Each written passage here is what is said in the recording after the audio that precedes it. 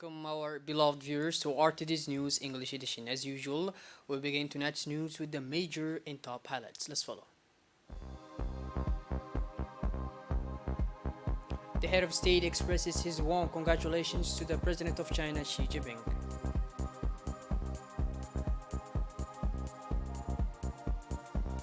And on the international scene in Nigeria, floods devastate farmland.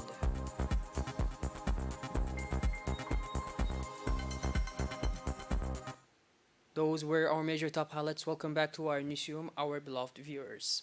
The head of state, His Excellency Mr. Ismail Omar Guelleh, on the occasion of the anniversary of the Chinese National Day, wished success to President Xi Jinping. In a congratulatory telegram, these wishes of the head of state were also extended to the friendly Chinese people, to whom President Guelleh wished more progress, prosperity, and fulfillment.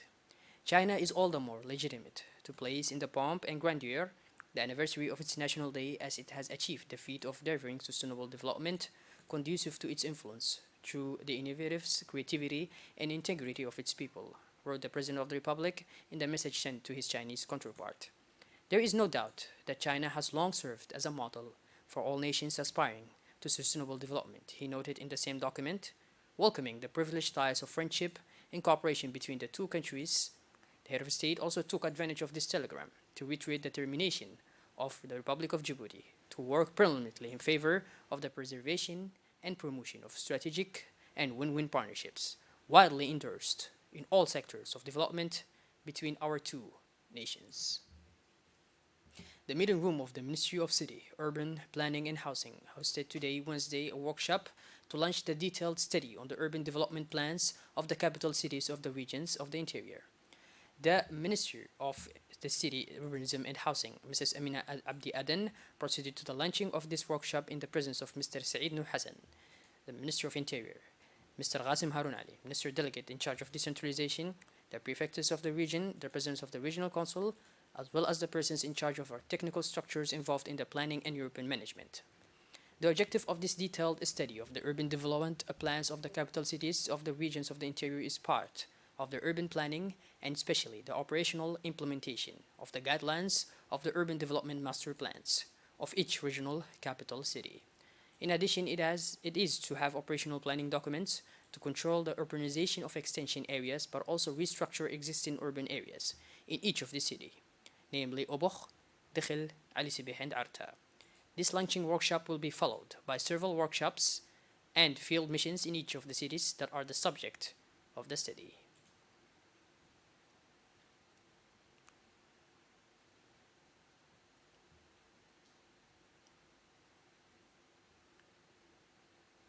The Minister Delegate in charge of decentralization, Mr. Qasim Harun Ali, in his speech, reminded the prefects of the region and the presidents of regional councils of the importance of this workshop.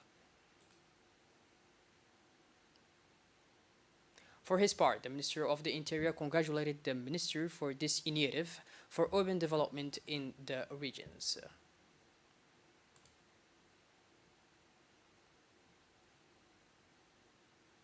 Closing the speeches, the Minister of the City, Urbanism and Housing did not fail to affirm that the city is in line with the government's commitment to create the conditions to control the urban development of the cities and improve the housing conditions of the populations. The Republic of Djibouti relies on new information technologies and communication to initiate development on all levels.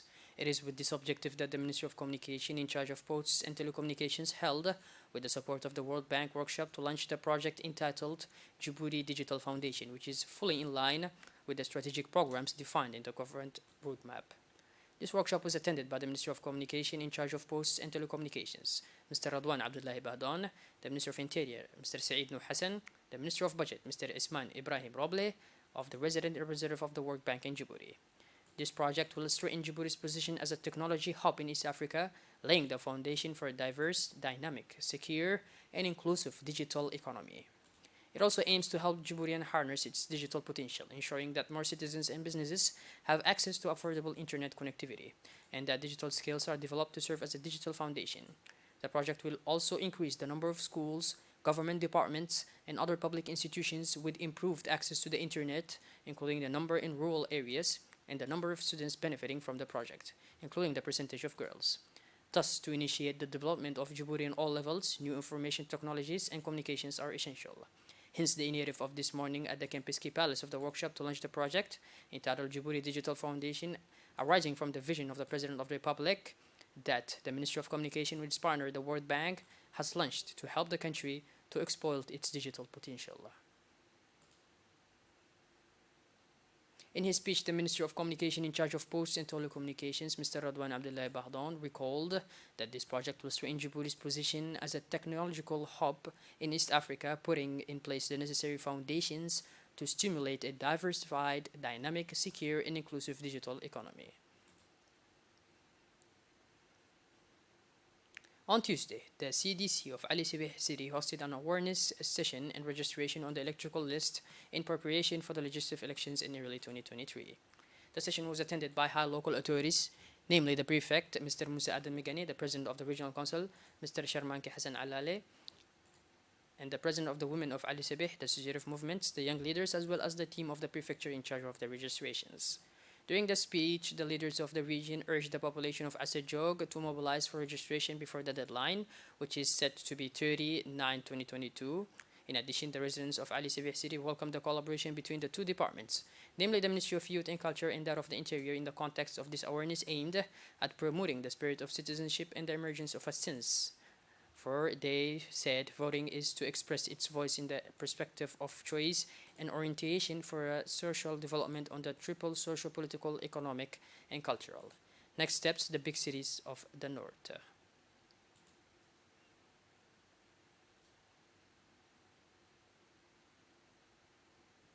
Within the framework of the fight against inactivity and drug addiction, the Gansagat Association of Youth of Antar locality of Arter region organized a soccer competition for the under 20 years. The competition, named Coastal Zone Friendship Tournament, was held for 3 weeks. The final was between the two teams, Antar team and the Good Hack team.